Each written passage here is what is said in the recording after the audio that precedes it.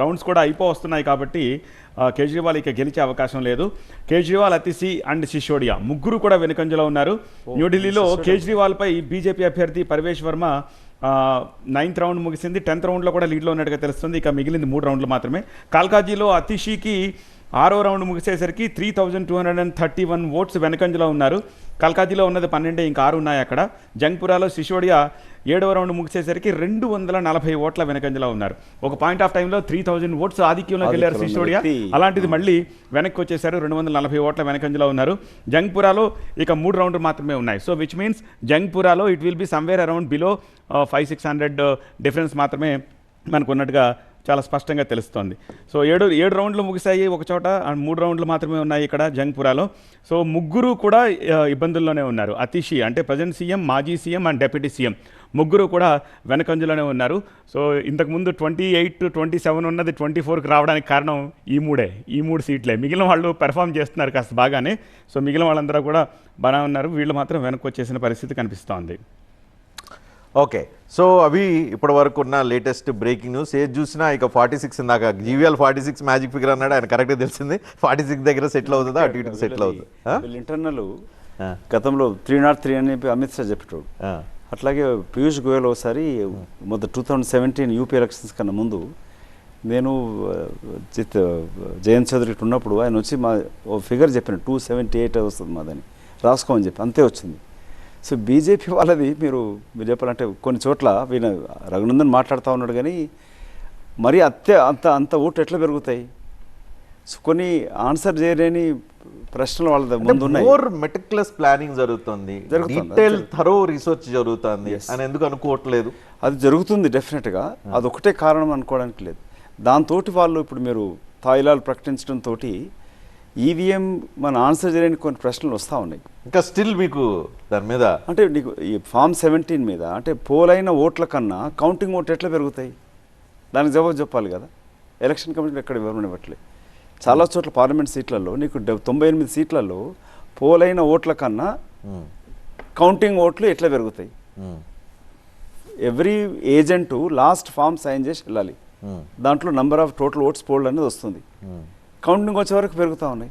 So ఇట్లాంటి అటు prove చేయట as a లాయర్గా చెప్పాలంటే నీకు న్యాయం ముందు చట్టం మరి కోర్టు ముందు ఎవిడెన్స్ ఉండాలి కదా. ఆ ఎవిడెన్స్ పూర్తి తీసుకురాకపోవడంతో ఈ ప్రశ్నలు వస్తూ ఉన్నాయి. ప్రతిపక్ష పార్టీలు ఇప్పటికన్నా మనం ఇంకా టోటల్ అంటే బ్లైండ్గా ఈవీఎం మీద మాట్లాడితే జరగదు. గెలిచిన చోట్ల ఆ ప్రశ్న వస్తుంది. ప్రజలలో ఏది ఎక్కువ ఆందోళన జరుగుతుంది, మొదటి నుంచి కూడా ప్రజలలో మమేకం చేయాల్సింది. ఇప్పటిదాకా ఏజెంట్లను కూడా రజనీకాంత్ గారు సో ఇప్పుడు వాళ్ళు అంటే డబ్బు ప్రభావం చాలా పెరిగింది. 14 కన్నా ముందు 14 తర్వాత ఎలక్షన్స్ కంప్లీట్గా మారిపోయినాయి. It's become like an machinery, ఒక ఇండస్ట్రీ లాగా మారిపోయింది ఇక్కడ. సో నీకు మీరు అన్నట్టు బీజేపీ పార్టీ రీసెర్చ్ టీమే కాకుండా ప్రతి ఓటర్ మైండ్ చేంజ్ చేయడం కాకుండా వాళ్ళు కింది స్థాయికి వెళ్ళి ప్రతి బూత్లో ఏ ఓటరు ఏ కాస్టు ఎక్కడి నుంచి వచ్చిండు వాళ్ళు ఏ విధంగా ఆకర్షించడం దాంతో చేస్తున్నారు. వాళ్ళు టార్గెటెడ్ ఇప్పటికి చూస్తున్నారు. బీజేపీ పార్టీ మీకు ఎక్కడ గెలిచిన చోట్ల కూడా మెజారిటీ లేదు కదా, 50% పైన వాళ్ళ ఓటు రావట్లేదు. 37%, 40% గెలిచి కూడా ప్రభుత్వాలు ఏర్పాటు చేస్తున్నాయి.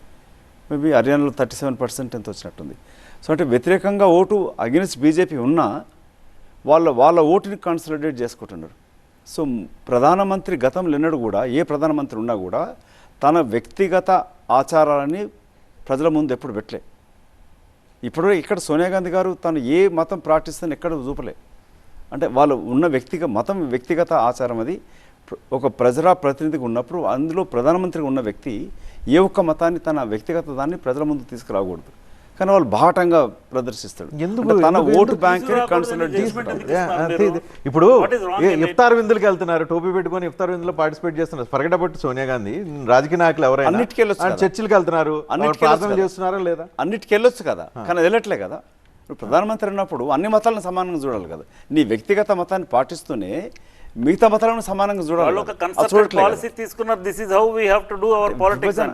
మెజారిటీ ప్రజలు యాక్సెప్ట్ చేస్తున్నారు. భారతదేశం ఇప్పుడు ఇందాక చెప్పా కదా, ఇప్పుడు ఆ రోజే సరిగ్గా వెళ్ళి మహాకుంభాన్ని అక్కడ బద్దలు కొట్టి ఇదంతా చేశారు. వెళ్ళకూడదని అట్లా చేయకూడదని వెళ్ళకూడదని లేదు. ఇప్పుడు నైతికమైన ఆయన అన్నట్టుగా చట్టము, ధర్మము, న్యాయము, నైతికం ఇవి కొన్ని ఉంటాయి. ప్రధానమంత్రి ఆ రోజు ఇప్పుడు ఉదాహరణకు 48 గంటల ముందు ప్రచారం ఆపేయాలి.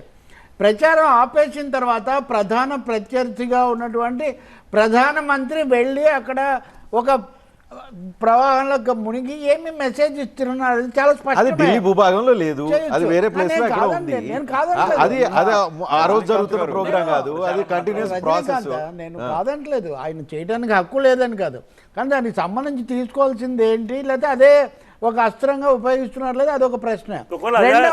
రెండవది ఇందాక మీరు అంటున్నట్టుగా ఈవీఎంల సమస్య.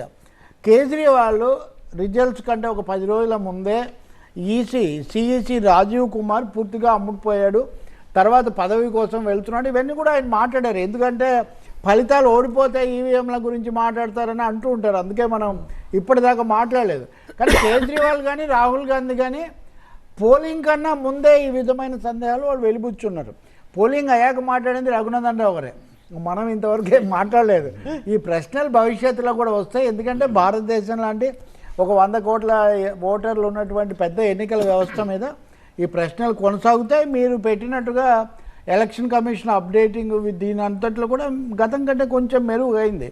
ఏం జరుగుతుందో మనం చూడాలి, కానీ మొత్తం మీద కీలకంగా 30కి దగ్గరగా ఉన్నప్పుడు గౌరవప్రదము, ఆ తర్వాత కొంత తగ్గుదలలాగా స్పష్టంగా కనిపిస్తుంది. దీని నుంచి ఎవరెవరు ఏమేమి పాఠాలు నేర్చుకుంటారు అన్నది ఒకటి ముఖ్యమైనదే, కానీ ఎన్నికల వ్యవస్థకు సంబంధించిన మౌలిక సమస్య మటుకు అంతకంటే తీవ్రంగా రాబోతుంది.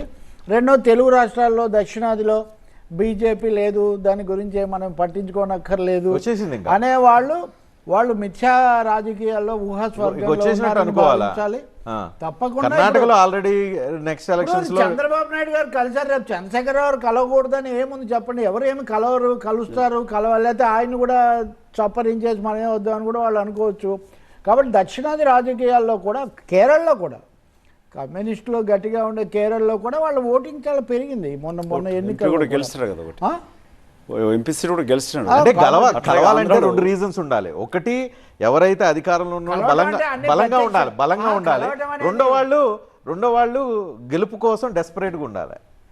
డెఫినెట్ గా బీఆర్ఎస్ ఇప్పుడు గెలుపు కోసం చాలా డెస్పరేట్ గా. కానీ వాళ్ళు ఎవరైతే కలవాలనుకుంటున్న వాళ్ళు కూడా అదే రకమైన బలమైన స్థాయిలో ఉండాలి కదా. మీరు కలవటం అంటే చాలా చేతులు కలిపి మీ స్టూడియోలో కెమెరాల ముందే కలవాల్సిన అవసరం చాలా, రాజకీయాల్లో చాలా పద్ధతులు ఉంటాయి, అండర్స్టాండింగ్ తో కూడా వెళ్ళిపోవచ్చు, అవగాహన ఉంటుంది. మనం ఎవరి పట్ల సాఫ్ట్ గా ఉండాలి, ఎవరి పట్ల సాఫ్ట్ గా ఉండాలి, ఎవరిని మెయిన్ ఆయన ఇందాక అంటున్నట్టుగా ప్రధాన ప్రత్యర్థిగా ఎవరిని తీసుకోవాలి, ఎవరు గెలిచినా పర్వాలేదు. కాబట్టి బలహీనమైన, ఉదాహరణకు పాత పరిస్థితుల్లో చాలా కాలంగా బలహీనమైన అభ్యర్థులను ప్రధాన పార్టీలు పెడుతున్న సంగతి తెలియని రహస్యమేం కాదు కదా ఇది. కాబట్టి అలాంటి ఒక రాజకీయ పొందిక బహిరంగంగాను అంతర్గతంగాను జరిగే అవకాశం మటుకు తెలంగాణలో ఉంది. డెఫినెట్గా BJP next stop, next focus, next target.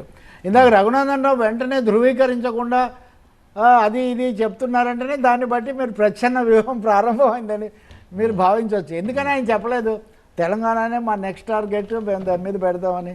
కాబట్టి బీజేపీ ఈస్ గోయింగ్. మావోయిస్ట్ భావజాలం మాట్లాడిన పవన్ కళ్యాణ్ గారు అర్డెంట్ హిందుత్వ, ఇంకా పవన్ కళ్యాణ్ ఇదొక్కటి చెప్తాను. పవన్ కళ్యాణ్ గారు ఆయన ఢిల్లీ టైంలో పవన్ కళ్యాణ్ దక్షిణ భారతం గురించి సంపూర్ణ దక్షిణ దేశ యాత్ర పెట్టుకొని తమిళనాడులో కేరళలో గుళ్ళు దర్శిస్తున్నాడు ఆయన. ఇంత పెద్ద అఖిలాండ కోటి బ్రహ్మాండ నాయకుడు లడ్డు దగ్గర నుంచి. కాబట్టి దక్షిణ భారతంలో ఈ సనాతన భావజాలం, దానికి మళ్ళీ తారల ఆకర్షణ, పార్టీల ప్రాంతీయ కలయికలు, ఇవన్నీ చేసే పెద్ద వ్యూహం మటుకు తప్పకుండా జరుగుతుంది. అది ఢిల్లీ, దానికి ఇప్పుడు కాశ్మీర్ నుంచి కన్యాకుమారి అన్నట్టు మీరు చూస్తే కాశ్మీర్ నుంచి మొదటి స్పందన వచ్చింది, రెండో స్పందన కేటీఆర్ నుంచి వచ్చింది. ఢిల్లీ ఎన్నికల తర్వాత మొదటి ట్వీట్ ఉమర్ అబ్దుల్లా దగ్గర వస్తే కేటీఆర్ దగ్గర నుంచి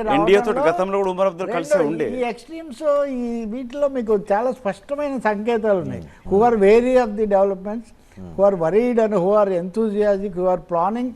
కాబట్టి మీరు చెప్పిన చివరిది planning, political planning, EVM planning, election planning, 3 రకాల ప్లానింగ్లు కూడా మనం ఆలోచించాలి.